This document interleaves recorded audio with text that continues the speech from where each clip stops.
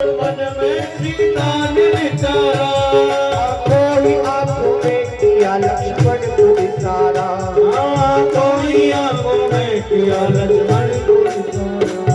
इस देश के अवतार मुझे दे दो सहारा, शेष के अवतार मुझे दे दो सहारा। भूलूंगी नहीं उम्र भर एहसान तुम्हारा, भूलूंगी नहीं उम्र भर एहसान तुम्हारा। आंखों ही आंखों में लक्ष्मण जी को इशारा किया तो लक्ष्मण जी सोचते हैं कि मेरे लिए क्या आज्ञा देगी माता जी।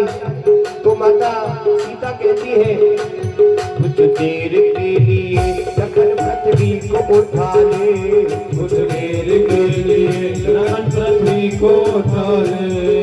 ये भाभी तेरे भैया तुझे माल पहना ले, ये भाभी तेरे भैया मुझे माल पहना दे। माँ जानकी कहते हैं कि आप इस पृथ्वी को उठा लीजिए, आप शेषा अवतार हो। तो लक्ष्मण जी सोचने लगे। इतनी ही सुन के लक्ष्मण फौरन हुए खड़े, इतनी सुनकर लक्ष्मण फौरन खड़े हुए। लक्ष्मण जी सुन करके और खड़े हो गए। खड़े होकर के सोचने लगे कि मैं पृथ्वी उठाता हूँ तो पृथ्वी पर ही भगवान श्री राम खड़े हैं सिंहासन पर, और पृथ्वी पर ही माँ जानकी खड़ी है। पृथ्वी उठेगी तो दोनों ही उठेंगे, कोई फायदा होने वाला नहीं है। फिर क्या हुआ, इतनी ही सुन के लक्ष्मण फौरन हुए खड़े, इतनी सुनकर लक्ष्मण फौरन हुए खड़े। श्री राम जी के चरणों में जाकर के गिर पड़े, श्री राम जी के चरणों में जाकर के गिर पड़े। चरणों में गिरती समाधि सी लगा ली, चरणों में गिरते ही समाधि भी लगा ली। हे रामचंद्र आपकी जय हो जानकी, रामचंद्र आपकी जय हो जानकी।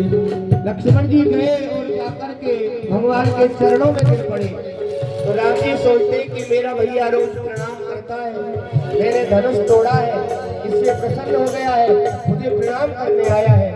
लेकिन 4 मिनट देखा, 10 मिनट देखा, पूरे उनको आधे घंटे हो गया, लेकिन भगवान श्री राम के चरणों से उठने का नाम नहीं लेते लक्ष्मण जी। तो प्रभु श्री राम भी जान गए कि इसमें कोई देवर भाभी की चाल है, मुझे फंसाया जा रहा है।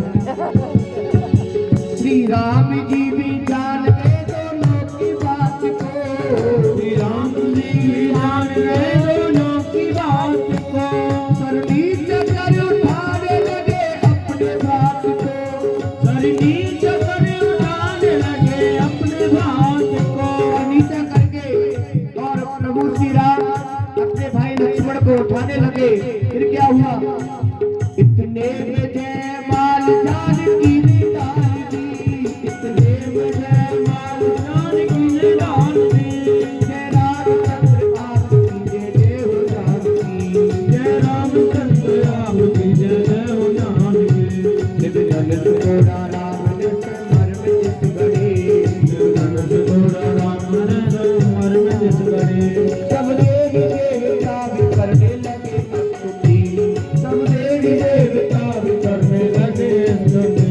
जय रामचंद्र आपकी जय हो जानकी, जय रामचंद्र आपकी जय हो जानकी। जय रामचंद्र आपकी जय हो जानकी, जय रामचंद्र आपकी जय जय हो जानकी, जय जय हो जानकी। बोले श्री सीता रामचंद्र जी महाराज की जय। लक्ष्मण जी महाराज को संकेत किया। लक्ष्मण जी आकर के राम जी के चरणों में लेट गए और जैसे ही लेटे राम जी उठाने के लिए जैसे ही झुके, जानकी जी ने माल्यार्पण कर दिया। बोले सीता रामचंद्र जी महाराज की। बड़ा सुंदर महाराज जनकपुरी में राम जी महाराज का विवाह उत्सव मनाया गया है। बारात लेकर के आए दशरथ जी महाराज, जहाँ जनकपुरी में बड़ी सुंदर तैयारियां हुई। चारों भाइयों का यहाँ पर विवाह उत्सव मनाया गया। राम जी महाराज का विवाह जो है वो जानकी जी के साथ में हुआ, लक्ष्मण जी का विवाह उर्मिला जी के साथ में हुआ, श्री भरत जी महाराज का विवाह मांडवी के साथ में हुआ और शत्रुघ्न जी महाराज का विवाह श्रुत कीर्ति के साथ में हुआ है। इस प्रकार चारों भाइयों का बड़ा सुंदर विवाह उत्सव जनकपुरी में मनाया गया। अनेकों प्रकार की लीलाएं हुई और उसके उपरांत 6 महीने तक श्री राम जी महाराज की बारात जनकपुरी में रुकी रही। 6 महीने तक राम जी की बारात रुकी। 6 महीने के बाद में महाराज विदाई हुई और विदा होकर के जब लौट करके आए तो 12 साल तक श्री राघवेंद्र सरकार ने अपनी गृहस्थीगत लीलाओं को किया है। उसके उपरांत श्री राघवेंद्र सरकार को वनवास हुआ। वनवास में जाकर के ठाकुर जी ने अनेक संतों पर कृपा की। संतों के ऊपर कृपा करने के बाद में जानकी जी का हरण हुआ। राम जी ने रावण का वध किया। वध करके लौट करके आए और आकर के श्री राजा रामचंद्र जी महाराज के रूप में आसन पर विराजमान हो गए। बोले श्री राजा रामचंद्र जी महाराज की जय। राम जी महाराज बड़ी सुंदर राम जी महाराज का राज्य अभिषेक हुआ। राम जी महाराज राजा बन करके विराजमान हो गए। राम कथा को हम लोग यहाँ विश्राम करते हुए कृष्ण कथा की ओर हम लोग प्रवेश करें। बड़ा ही सुंदर ठाकुर जी महाराज का जन्मोत्सव भी मनाना है। बोले श्री राजा रामचंद्र जी महाराज की जय। श्री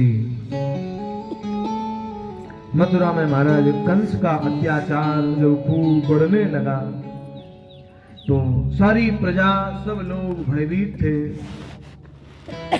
कोई कंस का सम्मान नहीं कर रहा था। कोई कंस ने मंत्रियों से कहा महाराज बताइए कोई ऐसा उपाय बताओ जिससे सब लोग हमारा सम्मान करने लगे। प्रजा का हृदय कैसे जीता जाए। कहा महाराज एक काम करो, आपकी जो बहन है देवकी उसका विवाह कर दो। बोले किससे करें। बोले वसुदेव जी महाराज से विवाह कर दीजिए।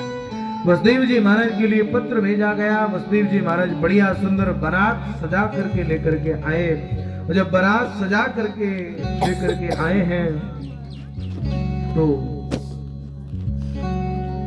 बड़ी धूमधाम के साथ में आज वसुदेव जी महाराज और देवकी मैया का विवाह उत्सव मनाया गया। खूब दान दहेज लेकर के महाराज विदाई का जब समय आया कंस स्वयं आज रथ पर विराजमान होकर के और आज विदा करने के लिए तैयार हुआ। उसी समय आकाशवाणी हुई, अरे दुष्ट कंस, जिस बहन देवकी को तू विदा करने के लिए जा रहा है इसी का 8वां लाल बनेगा तेरा काल। अब तो जैसे ही सुना महाराज भयभीत हो गया, मारने के लिए उद्यत हुआ। बाल पकड़ करके नीचे पटक दिया, तलवार लेकर के मारने के लिए जा रहा था। वसुदेव जी महाराज ने रोका, समझाया, अरे महाराज एक स्त्री का वध करना आपको शोभा नहीं देता और वैसे भी आपको भय देवकी से नहीं है, देवकी के पुत्रों से है। इसलिए मैं आपको वचन देता हूँ जितनी भी संतान होंगी मैं आपको प्रदान कर दूंगा। कंस ने देवकी और वसुदेव को कारागार में डाल दिया। धीरे धीरे समय व्यतीत हुआ। प्रथम पुत्र का प्रादुर्भाव हुआ, कंस को सौंप दिया गया। कंस को दया आ गई तो उस बालक को वापस कर दिया। लेकिन नारद जी प्रकट हुए। नारद जी ने विचार किया महाराज अगर इस कंस का अत्याचार ऐसे ही बढ़ता रहा तो फिर